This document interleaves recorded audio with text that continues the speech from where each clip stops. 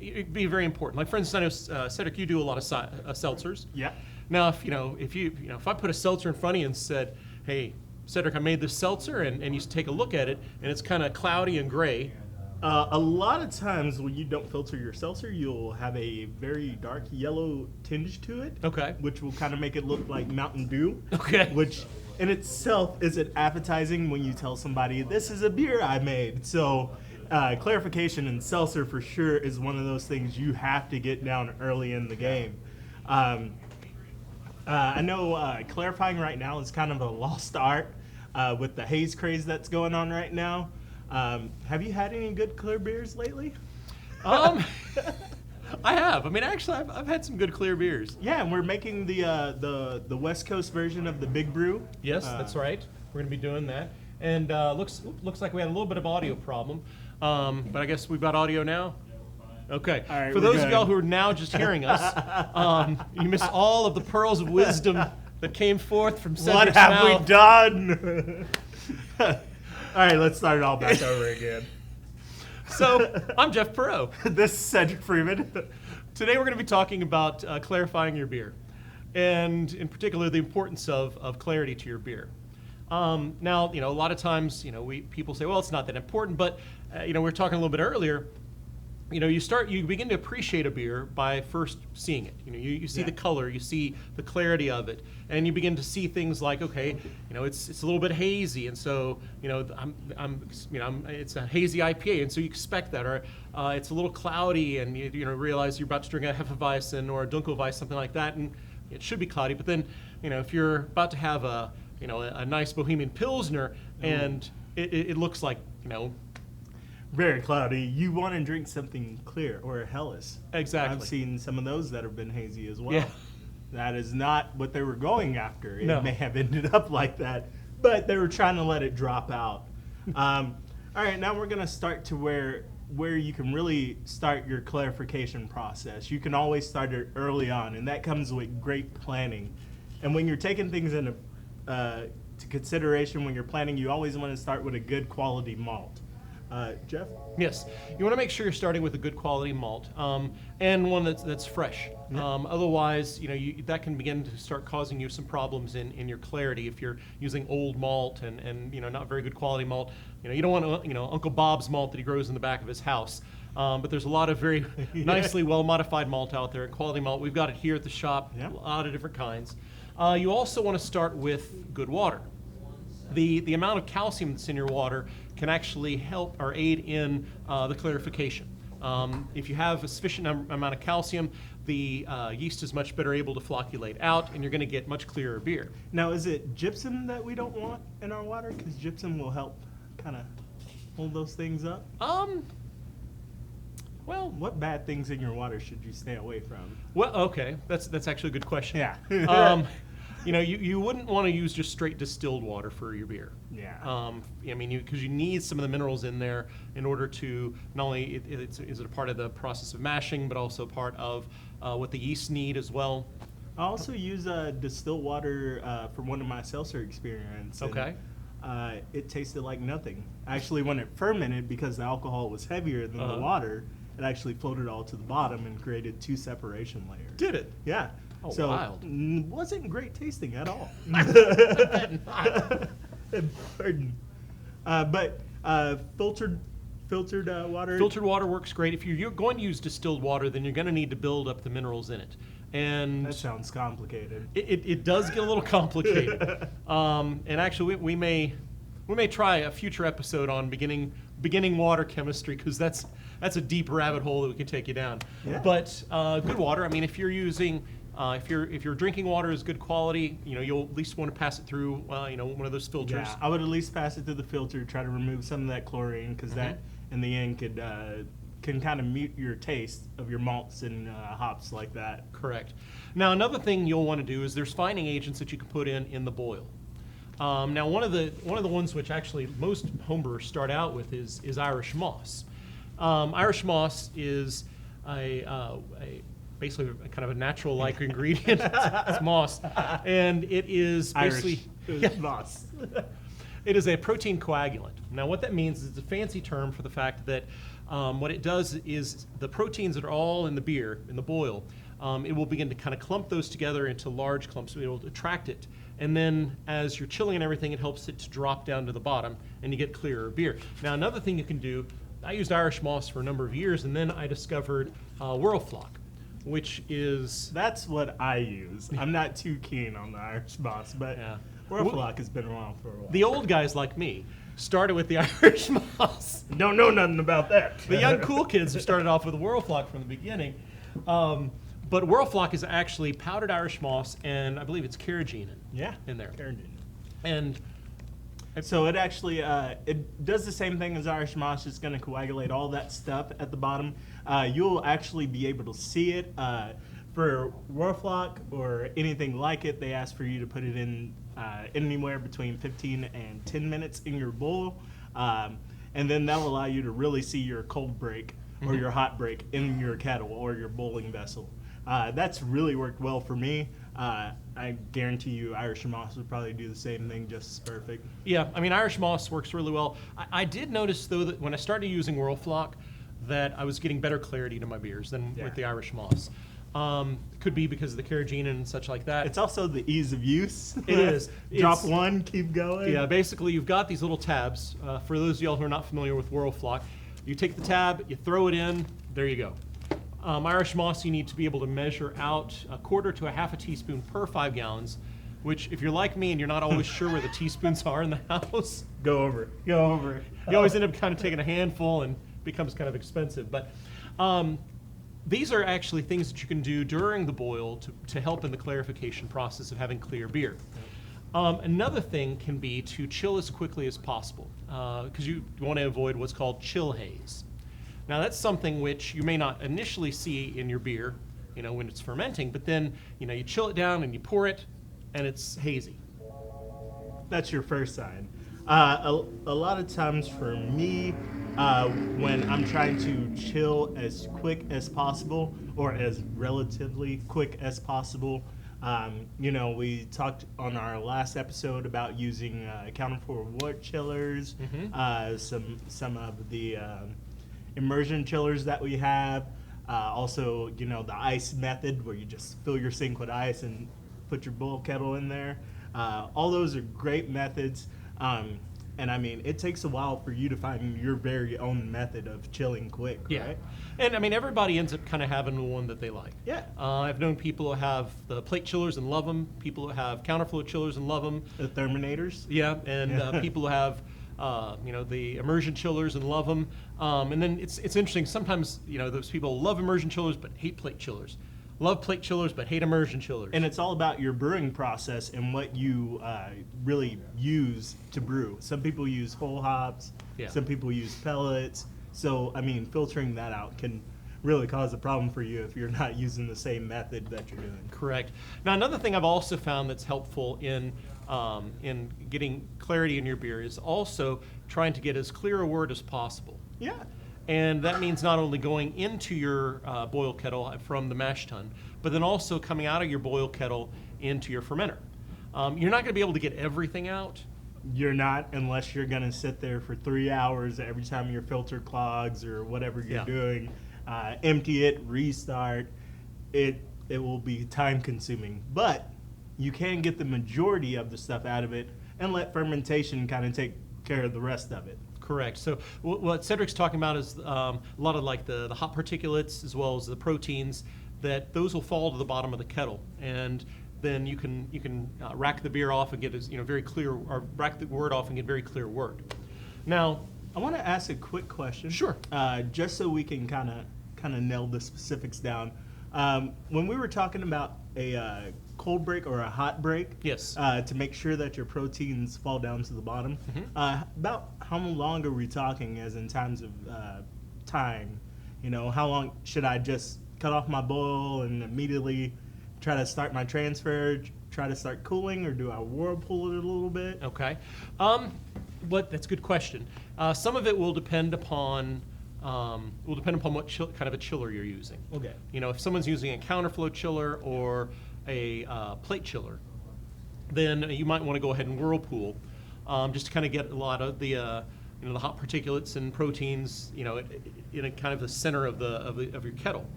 But you're not going to be able to have much of a cold break, so to speak, without an immersion chiller. Until you get it down all the way. Exactly, because the hot break is, as Cedric was mentioning, that actually happens towards the beginning of the boil. Everything is all kind of stirred up, and it's that point in the boil where you have to watch it closely, otherwise it could boil over, cause a mess, make you not brew again. So you're waiting for the hot break to occur. And you'll know when that happens because all that foam and stuff will begin to die down, and the boil will just become a very manageable, controllable boil. Now, the cold break happens once the wort has gotten below a certain temperature. And let's see, I'm trying to think about what temperature my cold break usually happens. Mine happens at 120, but my mash and boil thermometer is also off. So okay, yeah, mine's actually around that temperature too. So right around that 110, 120 is the time when the cold break will happen, and you'll be able to see it. You'll see all of a sudden your wort will begin to kind of clear out, and stuff's just basically going down to the bottom, and you'll really be able to see it, and it's very nice. Yes, I noticed it for the first time because I went from stovetop kettle brewing to electric brewing, and to actually see the temp control when you're actually I use a counterflow wort chiller. I redid mine from a grandfather to work with my vessel, but once I started using it, I started to see that cold break, and I was like, ooh, I can get clearer wort, which also makes me have clearer beer, which also in turns make my beer a lot more drinkable and appeasing to people. It does. So, there's a lot that can be done actually during your boil in order to be able to help you in the process of getting clearer beer. Now, let's say you've got it all finished. You racked as clear a wort as possible, and you fermented, but then you still, as you put it in your glass and you're looking, you're like, as before you keg it or bottle it, and you think, gosh, I really want it more clear. Yeah. Then there's other things you can actually use to aid in that process, and that's when we get actually to some of these things here. One of the old staples that you'll find in some of the older breweries is what's known as Isinglass, and it comes from the bladder of I think it's a sturgeon fish, is it, or? It's a fish. It's trying to remember. It's a particular breed of fish, though, and I can't remember right offhand what fish it is. If you have an allergy, would you want to use isinglass? Probably not. If you're allergic to fish at all, do not use isinglass. Okay. Now this has been around for ages and ages and ages, and is it can be used actually after fermentation is finished. And there's directions on how to use it. You mix some of it into the 5 or 6 gallons of your beer or wine, and it takes a couple of days to clarify. Another one, which is something which I think you use in your seltzers, isn't it? I use a lot of Turbo Clear just because for me it is one of the best products out there. It comes out in A and B package, so it makes it really easy. So what you do is you want to stare inside A first, and then wait about 2 hours. And what I like to do is I like to actually put mine in the refrigerator, get it start to chill down. Okay. Just because you want to remove all of it, and it'll remove 90%. So you want to make sure when you're using this, you're not doing something where you have to bottle conditioning. Okay. Would not be good because you would need to add more yeast into it. Okay. It does a pretty good job of knocking all of your yeast out of suspension. And that's why I recommend this product. Now, does it kill the yeast, or? No, it just settles it all at the bottom. Okay. Puts it in a dormant state. It just blocks their cells from being able to take in more sugar. So it essentially puts them to sleep. Now, it does say 90% on it, so it's not going to remove 100% of your yeast, but it will remove a lot on it. And then once you have it kind of cooling down, make sure to mix in part B within the 2-hour time frame that it gets you, or else it won't work, and then you'll have to buy another one. But that's okay. And then actually moving on to this one, the Chichisan, it's actually in Turbo Clear. Turbo Clear is a 2-part product, so it's Kiosol and then Chichisan. And so now, if I wanted to use either of these in my beer, I could. Okay. So both of these would be things which you could use to help to clarify your beer even further. And actually, I used your seltzer recipe the other day, and I need to bring you up some. But I know I keep telling you that I'm going to do it. I'm going to do it. And I used the Turbo Clear and had great results in clarifying that seltzer. It looks beautiful. Now, Jeff, I'm going to leave bentonite to you because it's one of those products that has been around. Jeff probably predates. I mean, bentonite probably predates. It may not predate me. But I always refer to it as kitty litter because it looks like it. Bentonite's kind of an odd one because what it does is you end up having to mix it up with some liquid. And let's see the measurements. Yeah, you got to move 4 teaspoons in 1 1/3 cup of warm water. So you mix this all up, and it becomes like teaspoons again. Yeah, you got to find the teaspoons again, which makes this one a little more appealing. But you mix this all up, and it becomes like this kind of grayish mud. And I so, have seen it in real life. Okay. And then you got to mix it, gently into your beer or your wine. And I mean, it works really well. I mean, you can see, and it takes a few days to work. You can just see as kind of this block of like grayish mud stuff just sort of slowly goes down your fermenter to the bottom as it kind of clears everything out. I've not used it in beer before. I've used it in mead. No. But I've had good luck with that. But there's no reason why you couldn't use that in your beer as well. I have another one to add. I just thought of it. Boom. Okay. What about liquid carbon? Can you use that?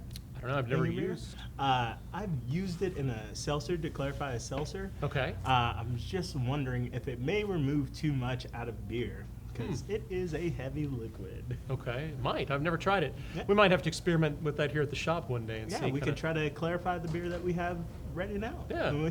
Cali Cream at least. Yeah. And then, so you got the bentonite that you can also use. There's also on the table we have what's called a plate filter. Now, the plate filters, they come in various size pads, different.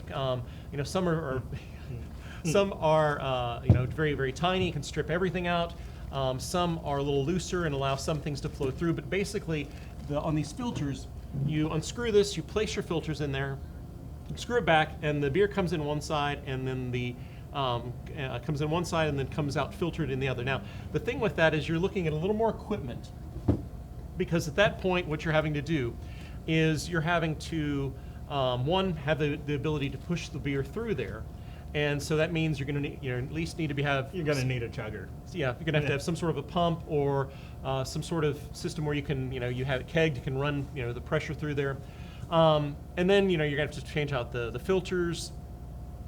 That becomes I've stayed away from the filters, just because what I found oftentimes is with most of my beer, if I've gone through the process of clarifying during the boil, taking a lot of those steps, a lot of times and it's actually the last thing on our list is time. Yeah. Time will clear your beer out. Time is a great thing for any kind of beer. I know a lot of people, as soon as you get to kegging, you're all about drinking beer fast, quick, turning it over, kind of like a brewery already. But I think it's important, especially on the homebrew level, to really kind of take it back a step, let those flavors kind of melt together as it sits out, and kind of let that yeast clean up all the stuff that it needs to clear up. Yeah, and so time will help a lot in clearing your beer out as well. Also, although you may want to get it on tap quick, there's no rush. Now, of course, some styles, you do want to drink fresh, but that's another thing entirely. Yeah. These are some basic things that you can do in order to get clearer beer, things which are a little more appealing. Yeah, I would say one of these is not a end all be all. I always rely on process. And like we mentioned, a couple of good things that you can clarify at every step from your boil. You can use a hop spider to try to get your hop materials out of there so it doesn't go into your fermenter. You can, I've even, whirlpooling also helps. Get all of them same in the middle. And now you can whirlpool. You can whirlpool by setting up a whole system with a pump to be able to do it. or you can even do some whirlpooling just on your own with, with good strong arm and a lot of stirring with a spoon. Elbow grease. Exactly. Never take it for granted. It's always a good thing. So that's always an option too. So a lot of these things are good to keep in mind because all of them add up. Yeah. It's all these little steps that you can take that will add up to a better quality beer and a better quality drinking experience in the end. Do you recommend now? So one of the things that we sell here at the shop is the fast ferment conical. Oh yeah. And one of the things that they really try to get consumers' eye on is the removable ball at the bottom. Have you ever used that before? I've not used the fast ferment, but I've used a conical fermenter before, and done the thing where you dump The cone. you dump the cone off and you let it kind of condition in there, and I've done that before, and I've noticed that it gets really nice clear beer. And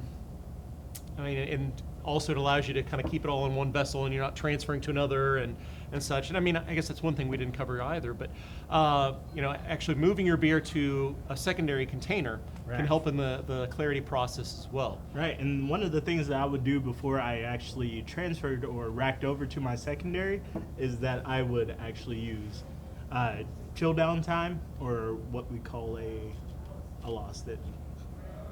Cold crash. Cold crash. Cold crashing your beer always help with clarity. Yeah. And it helps you see your beer in the future, since as your first fermentation vessel, it's all cloudy and hazy, has all this stuff on it. Then when you cold crash it, you can see the clarity in your beer start to take shape. You rack it over to your secondary and you really see the clarity in it. Yeah. All right. And one thing actually somebody put on here is that David mentioned gelatin. That was something we actually forgot to mention. I don't know how we forget gelatin, but gelatin can also be used as a fining agent, and it can be used after fermentation. It can be used in the keg, could be used in kind of a secondary container if you move your beer or something to another carboy or another container. I have put it in the keg before. It's a little harder to clean out because you can't reach your hand down there. Yeah. But a little bit of elbow grease, you'll get it out of there. Yeah, or somebody with a much thinner arm. Yeah, not us. Yeah, no, big no. arms here. Not so big here, but gelatin is something you can definitely use. Now, somebody here asked, can you go over boil rate? I have read that it affects clarity. Let's see. Have you heard anything about boil rate affecting clarity? I've not. I've not. With one of our customers that comes in here a lot, he had a problem with his electronic brewing system not getting that high of a temp, so that it was just a little boil, not a big boil, which caused some DMS to present itself because it didn't boil over. So, yeah, I mean, I've seen some things where if you're not having a vigorous enough boil, that you can get some DMS that's not boiling off and things like that. Which DMS is basically a kind of a cooked corn. Tastes like cream corn. Yeah. Oh man, the smell and taste is unmistakable. But Tyler, I tell you what, I'll do some looking, and maybe maybe Cedrick will as well. We'll look into some of the stuff on boil rates and clarity for you and see what we can find out. I've not heard of it affecting clarity, but we could probably make a new episode out of it. But yeah, but we probably could. All right. Well, anything else you can think of, Cedrick? Or no. Except for New England IPAs are cool, but clear beer is cool too. Yeah, it is. It is. All right. Well, again, there's a lot of things that you can do in order to have clear beer, and it starts from the moment where you get your ingredients and getting good quality ingredients to making sure your process of your boil and everything is going right, using some clarifying agents in the boil. You can even do post fermentation clarifying agents. Clarify at every level. Yeah, if you can. So I mean, if you want just a really, really clear beer, then there's a lot of ways to be able to do it. Yeah, and we're extremely excited to bring our new lineup of shows this week to you. Yeah. Tomorrow we actually have the Pink Boots Society of North Texas that are going to be on via Skype, and we're going to be talking with them about beer that they did, as well as some other topics, which we'll let y'all know about that. Make sure to stay tuned for that. And then on Thursday we got the Master Seltzer Maker coming back. Part 2, we're coming back. He's taking you deeper. And then probably on that episode too, I'll probably do I've been working with Jeff on water profiles, And so what I really wanted to get to is to clone Topo Chico. So we're gonna get a good non-alcoholic beverage, but also make it alcoholic as well. Yeah. And I'll lead y'all through those steps. Maybe we can make a Topo Chico live, maybe. Right? Topo Chico Live. If y'all would like to see that, you got to email us, hit us up on the video. We got to let Stubby know that we're doing the right thing so he doesn't just think we're having fun all the time here. But thanks for tuning in, and thanks for y'all's orders. You've been keeping us busy, which is great, and a lot of y'all are brewing some great stuff. A lot of people making seltzers too, which is good to see. I love seeing all the emails from people. They're like, hey, can I try this? Can I do this? There's absolutely no strict rules in this game. Keep sending me your emails, your suggestions, and we'll make sure to put out that old-fashioned recipe once we get it settled. Oh, his old-fashioned hard seltzer, pretty incredible. Yeah. Well, thank you all for tuning in to us on this Talk About It Tuesday.